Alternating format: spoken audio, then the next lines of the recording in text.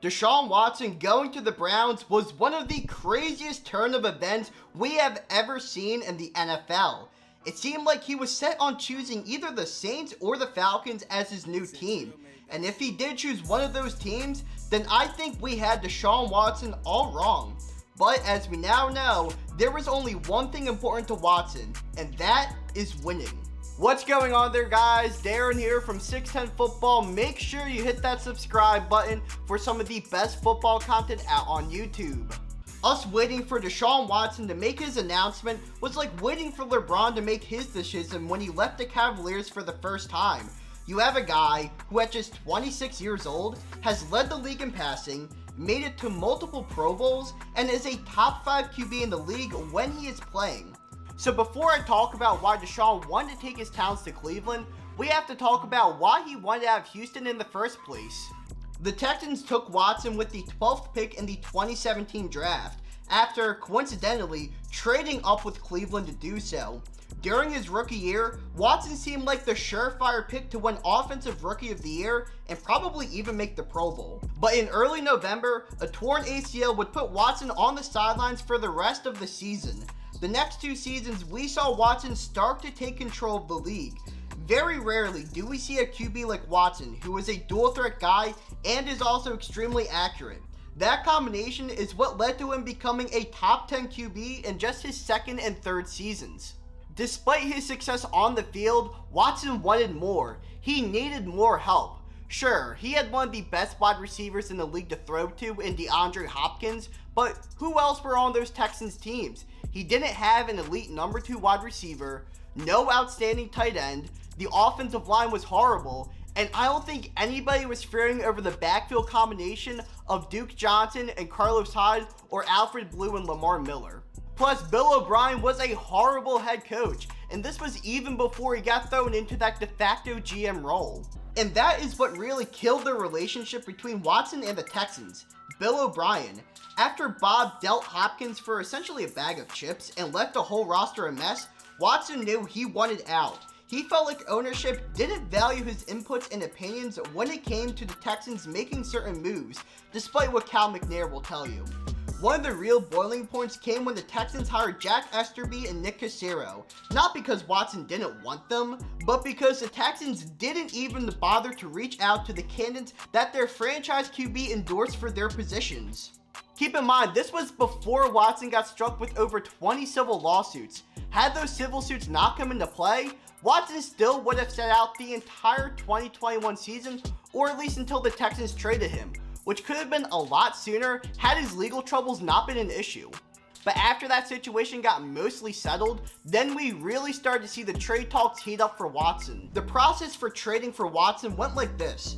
Teams would have to submit an offer to the Texans. Once Houston approved, Watson would then have to give the team permission to speak with him depending on how much he liked them. And only then could they begin to persuade Watson to waive his no-trade clause and come to their team.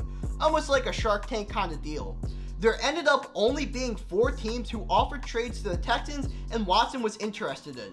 The Cleveland Browns, the Carolina Panthers, the New Orleans Saints, and the Atlanta Falcons. Weirdly enough, the Browns, who many considered to be the favorites to trade for Watson, were actually the first team eliminated from contention. Then about 24 hours later, he ruled out going to Carolina, probably because Matt Rule is the Big 12 version of Bill O'Brien. So that left 2 remaining candidates, the New Orleans Saints and the Atlanta Falcons. A lot of people were surprised to see both of these teams even considering trading for Watson. The Saints made a little bit of sense. Everyone knew they needed a QB, but with their cap situation, it seemed like there was no chance in hell they could even afford Watson. But the Falcons, it seemed like that made 0 sense at all until he dug a little bit deeper into the situation. Watson grew up in Gainesville, Georgia, which is about an hour northeast of Atlanta. It also has some of the weirdest borders I have ever seen with a town. But Watson grew up a Falcons fan and even ended up working for the team as a ball boy when he was in high school. This led him to grow a really great relationship with Falcons owner Arthur Blank, and for me, something clicked. The most important thing for Watson wasn't about winning, it was about going somewhere where he wants to be and having a good culture. Having a great relationship was a luxury he never had in Houston, by going to Atlanta, he would have that instantly. And sure, they probably wouldn't win at first, but Watson knew that he would be a magnet for other players to come to Atlanta so they could eventually win with him. But then the unexpected happened. Browns GM Andrew Berry came in at the 11th hour and he was on a mission, and he was not leaving until he got his golden goose in Deshaun Watson. Berry was able to persuade Watson to change his mind and come to the Browns using two main selling points. The first one was the team that would be around him instantly. Watson would be going into a situation that featured an elite defense, the best backfield in the NFL, a star wide receiver, multiple other good weapons to throw to, and a stellar offensive line. Plus, not to mention, one of the best head coaches in the NFL. The second method Berry used was money. Berry was prepared to offer Watson a brand new 5-year, $235 million contract that would make him one of the highest paid players in the league.